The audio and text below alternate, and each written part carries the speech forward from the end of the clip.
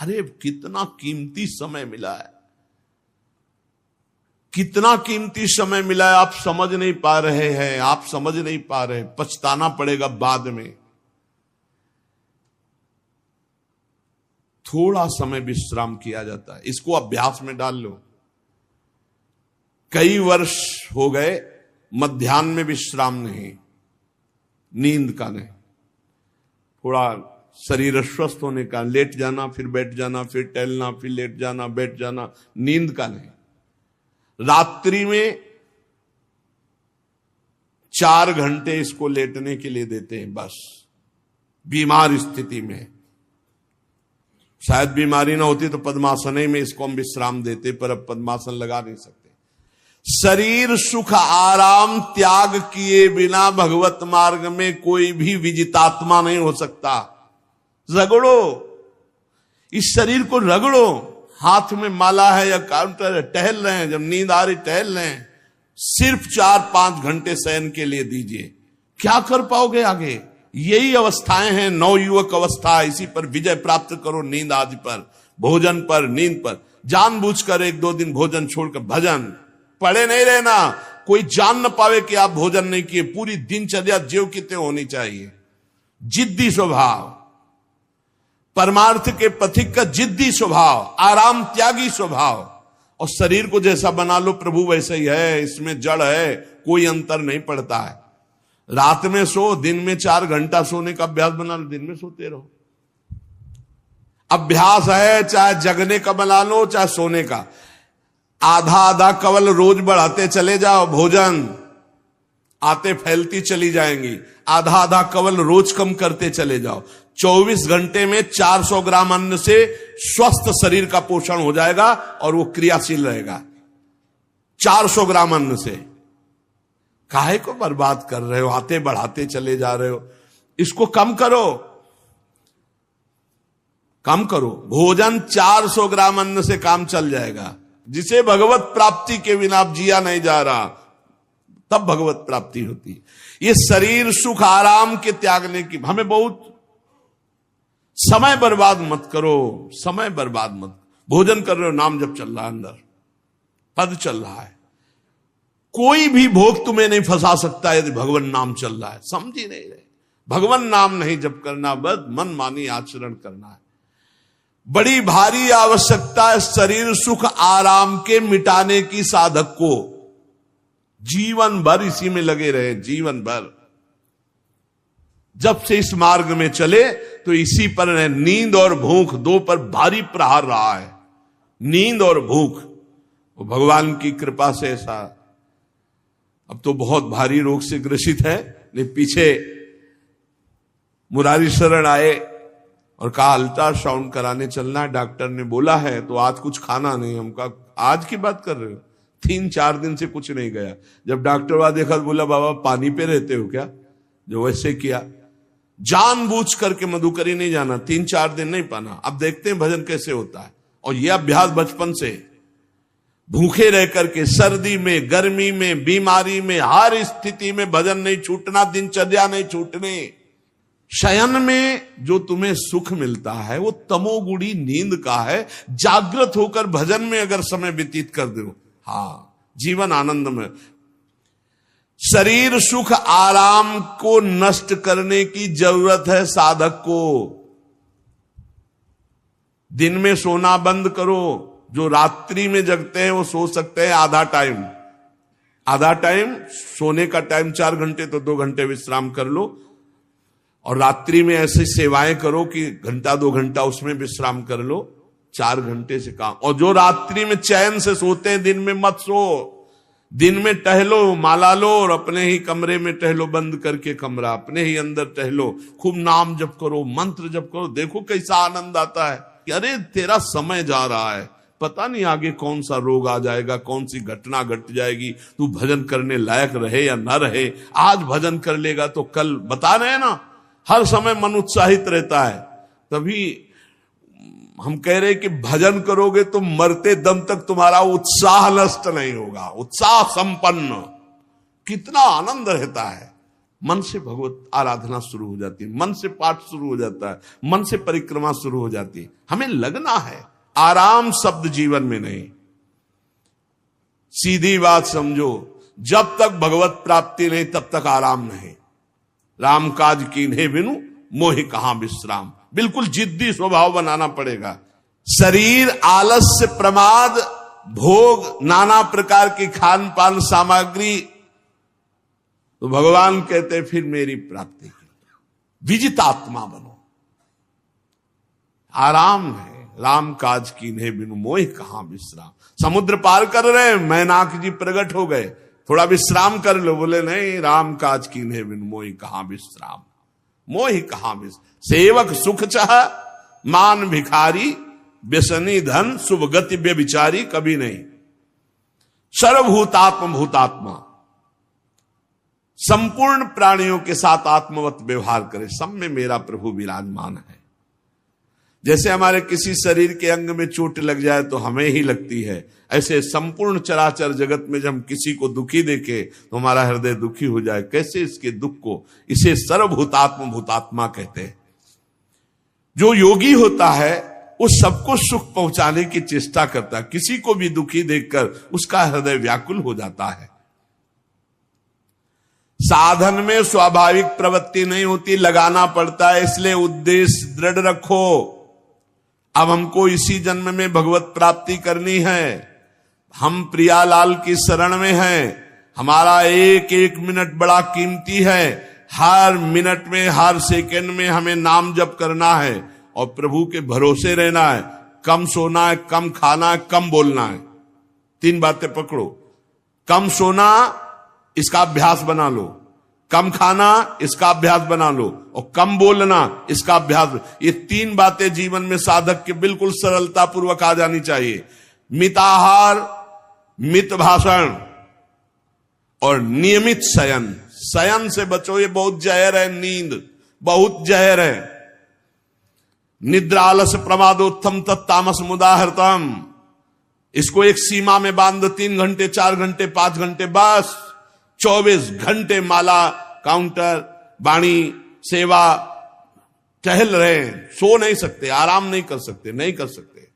ये अभ्यास बनाओ, तभी आगे बढ़ पाओगे। सत्संग रोज सुनते हो, देखो तुम्हें जो डांट लगती है, तुम्हें बहुत प्यार करते हैं, प्रभु बहुत प्यार करते हैं, इसलिए डांट लगवा रहे हैं, इसलिए आपको सत्संग सुना रहे हैं। ये जीवन सार्थक कर लो, नहीं तो बहुत पछताना होगा। हम पशु पक्षी के जीवन में साधना नहीं कर पाएंगे।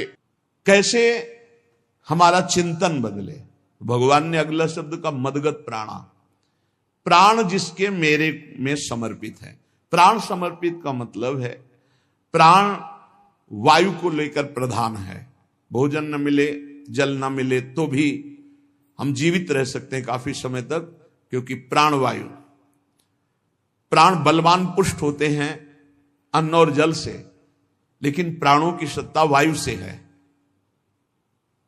ये जो श्वास प्रश्वास है, भोजन हमें 4-6 दिन न मिले तो आराम से दिनचर्या चल सकती है। पानी 8-10 दिन न मिले तो भी दिनचर्या चल सकती है, ऐसा नहीं कि मर जाएंगे। लेकिन 2 मिनट वायु ना मिले तो मर जाएंगे। 2 मिनट वायु ना मिले तो प्राण नष्ट हो। प्राण का सीधा संबंध वायु श्वासों से है, और प्रभु को प्राण समर्पित करने का मतलब हर श्वास नाम जप करना। मदगत प्राणा, हम पानी भी पिएंगे, भोजन भी पाएंगे तो प्रभु को समर्पित करके और हर श्वास नाम जप करेंगे तो ये मदगत प्राणा होगा। मत चित्ता, निरंतर चिंतन करने के लिए हमें प्राणों को समर्पित करना होगा। हमारे प्राण समर्पित हैं, हम प्रसाद के द्वारा प्राणों का पोषण करेंगे और हर श्वास प्रश्वास में नाम जप। श्वास ऊपर गई तो नाम जप, श्वास नीचे गई तो नाम जप। बोधयंता परस्परम, यदि हम किसी से बात करेंगे तो अपने प्रभु की चर्चा करेंगे। उसी प्रभु की चर्चा का कथन, कथयंतश्च माम नित्यम, केवल भगवत चर्चा करेंगे। केवल कभी कभी ये लोक कल्याण की भावना भी प्रपंच में उतार देती है। निवेदन है कि यहां कोई लोक वार्ता का प्रश्न लेकर के नावे, एक जगह तो बख्श दो जहां केवल भगवान के संबंध की चर्चा होने दो। श्रीधाम वृंदावन में आप आए हो तो प्रिया प्रीतम की चर्चा का प्रश्न करो, प्रिया प्रीतम की चर्चा सुनो, निहाल हो जाओगे। तुष्यंत च रमंत च, उसी में आनंद और संतोष होता है। भगवत चर्चा हुई और उसी में रमण करे। एक जगह तो रखो जहां तुम केवल प्रभु की चर्चा सुन सकते हो, प्रभु की चर्चा कर सकते हो। प्रपंच का तो बहुत विस्तार है। कथयंत च माम, माम भगवान कह रहे हैं, कथयंत च माम नित्यम तुष्यंत च रमंत च। चलते हैं हम भगवत मार्ग में, फैल जाते हैं फिर दुविधा युक्त संसार प्रपंच में। केवल भगवत चर्चा, कथयंत च माम, भगवान केवल माम, मेरा, प्रियालाल किसी और कोई चर्चा नहीं। बार बार बोर्ड लगवा देते हैं, श्यामा श्याम की चर्चा के सिवा यहां कोई चर्चा न की जाए।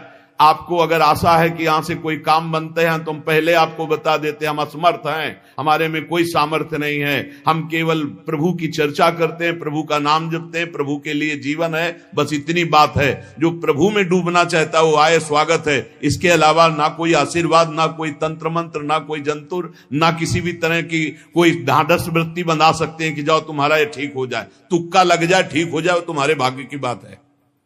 यहां से कोई चमत्कार नहीं, यहां एक ही चमत्कार है, मलिन मन को श्री भगवान में लगा देना, जीवन को जीवन मुक्त अवस्था में पहुंचा देना। निर्विकारता की स्थिति प्राप्त करने के लिए साधु समागम है। भगवान का आदेश है, यदि मुझे अनुभव करना चाहते हो, इसी जन्म में परमानंद की प्राप्ति करना चाहते हो, तो मय्येव मन आदत्स्वम मयि बुद्धिम निवेश है।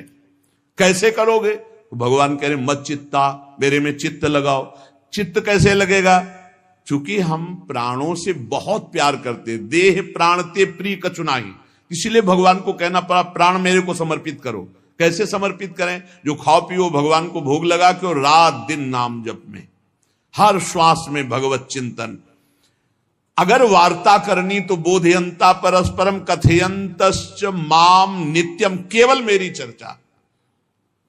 बड़ा दुर्लभ हो रहा है, भगवत चर्चा होना बड़ा दुर्लभ हो रहा है। भैया ये सब सुनहु भरत भावी प्रबल, बिलख कहो मुनिनाथ, हानि लाभ जीवन मरण जस अपजस विधिहात। जब कर्मों का फल भोगने का आया तो महात्मा जी, और जब पाप कर्म करने जा रहे थे तो पूछ लेते हमसे कि हम पाप कर्म करने जा रहे हैं, आपकी अनुमति है क्या? तब नहीं, तब किसी ना भगवान की याद की, न गुरु की याद की, मनमानी आचरण किए। तो अब भोग आया है, अब भोग लो, उसको भोगना पड़ेगा, वो यहीं मिलेगा तुम्हें। पति पत्नी परिवार संसार मित्र, इन्हीं में सब कलह अशांति मारपीट नाना प्रकार का। अरे पूछो मत, भगवान के चरणों का जब तक आश्रय नहीं लोगे तो यहां का ये प्रेम विवाह, यहां का प्रेम तुम्हें शांति प्रदान नहीं कर सकता। भगवत भाव रखोगे, हर परिस्थिति को शांति पूर्वक निर्वाह। ये जीवन काटना भी एक कला है। मनुष्य जीवन कोई पशु जीवन नहीं है। अगर अध्यात्म नहीं तो आप इसको जी नहीं सकते, आप इस जीवन को नहीं जी सकते।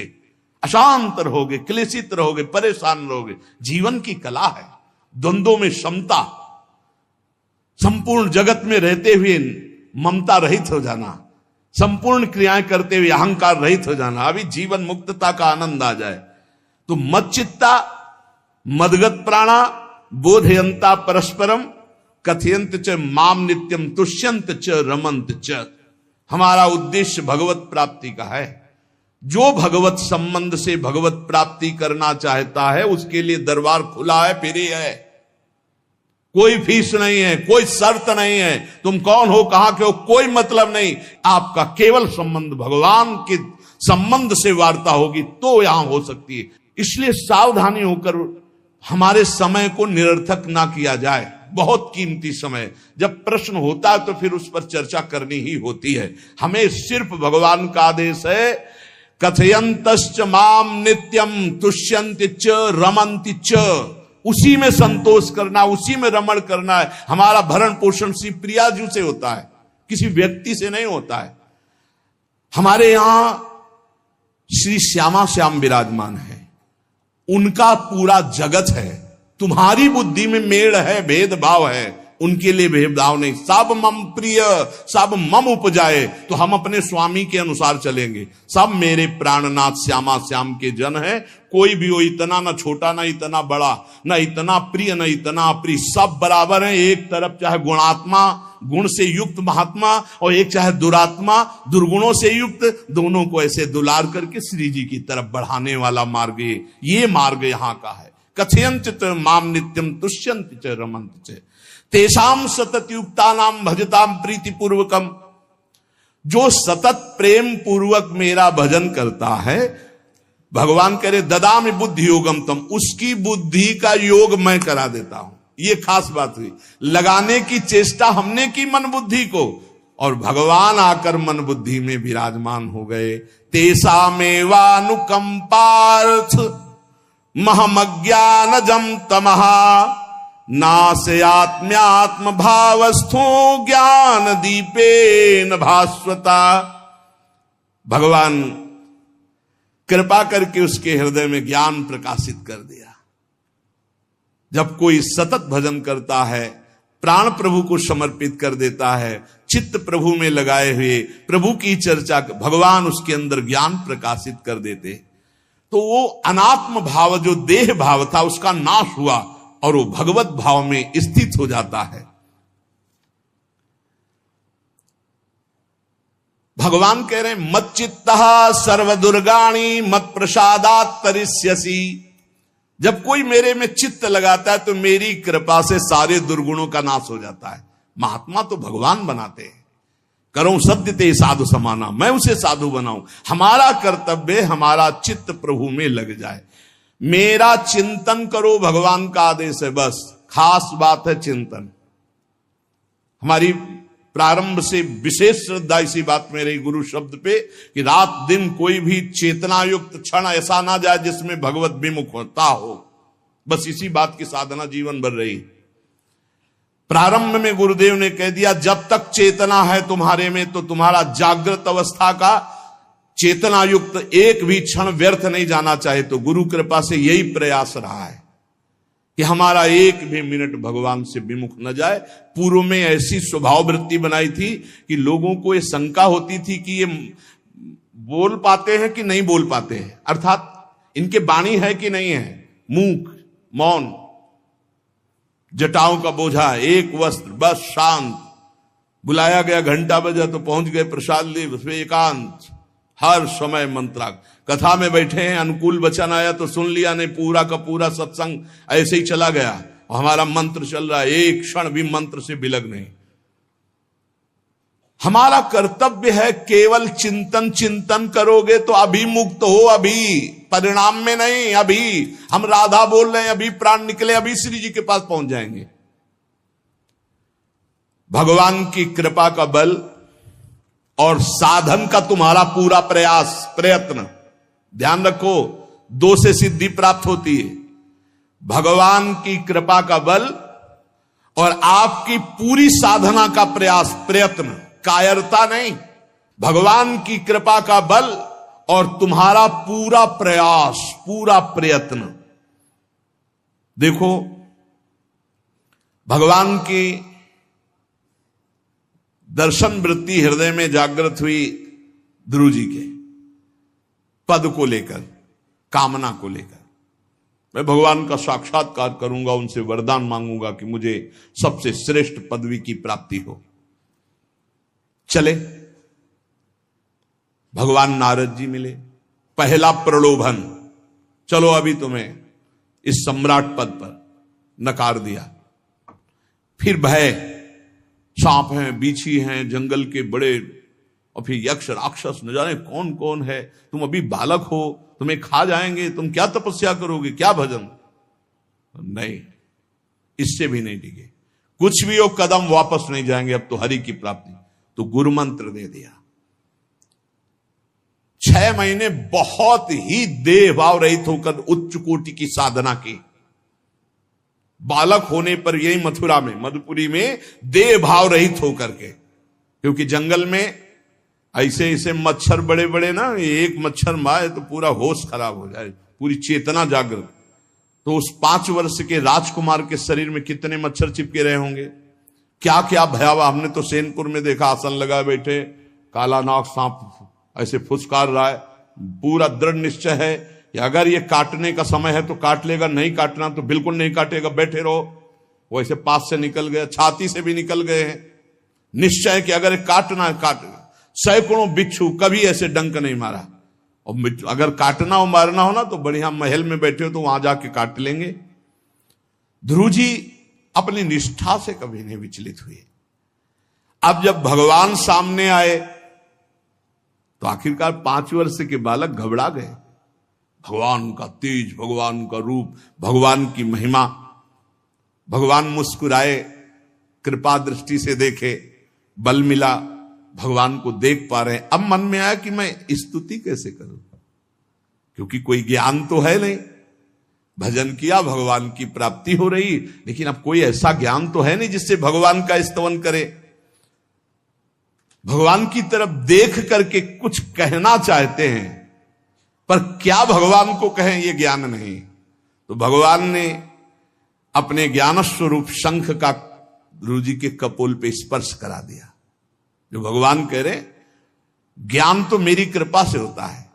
अभी पीछे इस श्लोक में भगवान ने कहा, तेसा मेवानुकंपार्थो महमक ज्ञानजम तमहा नासयाम्यात्म भावस्थो। अनात्म भाव का ये जो आत्मस्वरूप अनात्म देह में भाव आ गया है, इसके नाश का जो ज्ञान होता है ये भगवान की कृपा से होता है। जे भी संग छुआया दिव्य ज्ञान और भगवान की दिव्य स्तुति की। तो ये देखा जाता है कि भगवान की कृपा से ही साधक में दिव्यता आती है, दिव्य ज्ञान आते हैं। पर प्रयत्न अपना होना चाहिए। प्रयत्न था तभी तपस्या में आए, नहीं तो प्रलोभन में फंस जाते या भय में डर जाते। ना प्रलोभन में फंसे चक्रवर्ती सम्राट पद देने पर, और ना भय में फंसे कि सांप बिच्छी और सिंह खा जाएगा, इससे भयभीत नहीं हुए। और प्रयत्न इतनी जोर का किया, आप भागवत में पढ़ लीजिए, देह भाव रहित होकर कितना कठोर तप, 6 महीने में भगवत साक्षात्कार। आत्मबल, भगवत कृपा बल। ये मन है बहुत डराता है, कैसे जिएंगे, बुढ़ापे में कौन सेवा करेगा, क्या दुनिया का प्रपंच खड़ा कर देता है। इसको इसी ज्ञान से काटो, भगवान है ना, भगवान सब करेंगे। भगवान के लिए हमने जीवन दिया है, ये जीवन भगवान के लिए हार। अरे दिव्य हो जाओगे, रिद्धियां सिद्धियां हाथ जोड़े खड़ी रहेंगी। भगवान जानते हो क्या भगवान है। हम एक बार भगवान के नाम पर अपने आप को न्यौछावर तो करके देखें, पर यह अहंकारी जीव मानता नहीं है। यह अहंकार का बल लिए रहता है। आसुरी प्रकृति है ये अहंकार। अहंकारम बलम दर्पम कामम क्रोधम च संश्रिताः। जिसके अंदर ये आसुरी प्रवृत्ति अहंकार होता है, उसमें काम क्रोध लोभ ये भरपूर होते हैं। कहां से भगवत प्राप्ति हो। जहां ये दुश्मन रहते हैं वो घर तो तुमने सुरक्षित दे रखा है दुश्मनों को। आसुरी प्रकृति को तुमने, अहंकार को अपना स्वामित्व दे रखा है। मैं वो अहंकार जिसके साथ प्रकृति लगती है। जब अहंकार और बढ़ जाता है तो ईश्वरोहम अहम भोगी सिद्धोहम बलवान सुखी। तरंग से समुद्र नहीं होता, समुद्र से तरंग होती है। हम जितने भी हैं सब तरंग हैं उस परमात्मा की। वायु विकार नष्ट हुआ, समुद्र में ही लीन हो गए, ये बात है। लेकिन एक तरंग समुद्र नहीं पैदा कर सकती। एक सूर्य चमक रहा है, कोई बंद के सूर्य दूसरा चमक के दिखाए। बहुत सावधानी से उपासना करो। ये अहंकार, भगवान कह रहे हैं, भगवान ये जो अहंकारम बलम दर्पम कामम क्रोधम च संश्रिताः, इस अहंकार को नहीं मिटाया तो ये अनुभव कराने लगता है और 4 बोलने लगते हैं कि आप तो भगवान हैं। तो धर्म सम्राट करपात्री जी, इतने सिद्ध महापुरुष, और विश्वेश्वर विश्वनाथ जी की स्थापना करके रात दिन आराधना, काशी में बड़े बड़े सिद्ध महापुरुष भगवान शिव की आराधना करते, बड़े बड़े सिद्ध महापुरुष भगवती अम्बा की आराधना करते। ये कौन सा ज्ञान प्रकट हो जाता है जो भगवत स्वरूपों का अपमान होने लगता है। मुझे यही समझ में नहीं आता। गुरु रूप से हमें शास्त्र के आचरण देने आए, मनमानी भ्रष्टाचार सिखाने नहीं आए। आज तक कभी कहीं भी भगवत स्वरूपों का अपमान महापुरुषों द्वारा नहीं हुआ। महापुरुष और भगवान में अंतर नहीं, पक्का मुझे विश्वास, हम तो चराचर जगत को भगवत स्वरूप मानते हैं, लेकिन आचरण कराने के लिए आचार्य गुरुदेव जैसे चले हैं वैसे ही चलना होता है। सदैव संतों ने अपने को अधम और तुच्छ और नीच कहा है। हनुमान जी जैसा कोई ज्ञानी, महाबली, कोई त्यागी, कोई ब्रह्मचारी, बैरागी, हनुमान जी जैसा कोई त्रिभुवन में द्वितीय हुआ हो तो बता दो। अतुलित बलधामम हेम शैलाभदेहम दनुजवन कृशानुम ज्ञानिनाम अग्रगण्यम। अरे जे गिर चरण दे हनुमंता चले सुगा पाताल तुरंता, हजार हजार को पकड़ के कछु मारिस कछु मर्दिस कछु मिले से धर धूर। अब विभीषण जी से कैसे परिचय बता रहे? प्रात ले जो नाम हमारा, तेहि दिन ताहि ना मिले आहारा। असमय अधम सखा सुनु मोहु पर रघुबीर। क्या दैन्यता का स्वरूप हनुमान जी महाराज। भगवान से जब हनुमान जी मिल रहे तब उनसे प्रभु आप पूछ रहे हो कि तू नाथ एक में मंद मोह बस, ज्ञानी नाम अग्रगण्यम, एक में मंद मोह बस, कुटिल हृदय अज्ञान, पुनि प्रभु मोहि विसारेऊ, दीन बंधु भगवान। जय प्रणतारित भंजन, चरणों में लौट गए हनुमान जी महाराज। सबरी जी भगवान सामने बैठकर स्तुति करते हैं। जो नवधा भक्ति है वो उपदेश नहीं है, सबरी जी की स्तुति है। ये सब भक्ति सबरी जी में विराजमान, क्योंकि उसी समय सबरी जी भगवत धाम जाती है तो उपदेश तो उसको दिया जाता है जो आचरण में उतारे। सबरी जी तो सिद्ध महापुरुष अभी भगवत धाम जा रहे हैं भगवान के सामने ही। वो क्या कहती? अधम ते अधम अधम अति नारी, तीन मह में मति मंद अघार। हरिवंश महाप्रभु क्वाहम तुच्छ परम अधम प्राण्यो गर्ह कर्मा, यत् नाम स्फुरति महिमा हरेश वृंदावनस्य। इन सब बड़े बड़े आचार्य महापुरुषों ने भगवान की दास्ता स्वीकार करके, जीवन अर्पित करके, आचरण करके दिखाए। जहां ये आसुरी अहंकार होता है तो ईश्वरोहम महम भोगी सिद्धोहम बलवान, ये सिद्धावस्था नहीं है, ये तमोगुणी आसुरी अहंकार का परिणाम है जो ये दिखाई देता है भगवत स्वरूपों का अपमान करके। नहीं, यद्यपि अभेद है वो महापुरुष शिव और वो अभेद है, पर आचरण जब करेगा तो स्वामी और सेवक का करेगा। काशी नगरी सिद्धों की नगरी है, ज्ञानियों की।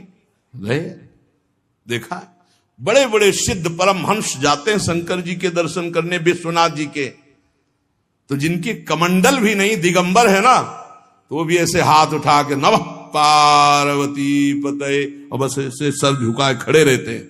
जल भी नहीं है, पत्र भी नहीं है, ऐसे वो हम सब खड़े खड़े घंटों खड़े रहते। तो वहां के शिव पार्षदों से ऐसा करुणा में प्रेम हो गया था कि वो हमें नहीं हटाते थे, तो एक कोने में घंटों खड़े रहते थे और दर्शन करते रहते थे भगवान विश्वनाथ जी। तो जैसे ऐसे अवधूत आते, न कोई जल का कमंडल है, न कोई पत्र है, न पुष्प, नजदीक गए और नमः पार्वती पते हार हार महादेव, बस सर झुका, ये है। और स्वयं शिव स्वरूप है, इतना अंतर नहीं ब्रह्मबोध में। भक्तों में भी कभी कभी आम प्रकट होता है, वो वाणी से आपको दिखाई देगा, लेकिन वो आसुरी अहंकार नहीं होता। ध्यान रखना, ये उनका भागवतिक बल होता है, ये आसुरी अहंकार नहीं होता। जैसे जनक जी की सभा लगी हुई है, भगवान श्री राम लक्ष्मण जी विराजमान है विश्वामित्र जी के समीप बड़े सौम्य भाव से।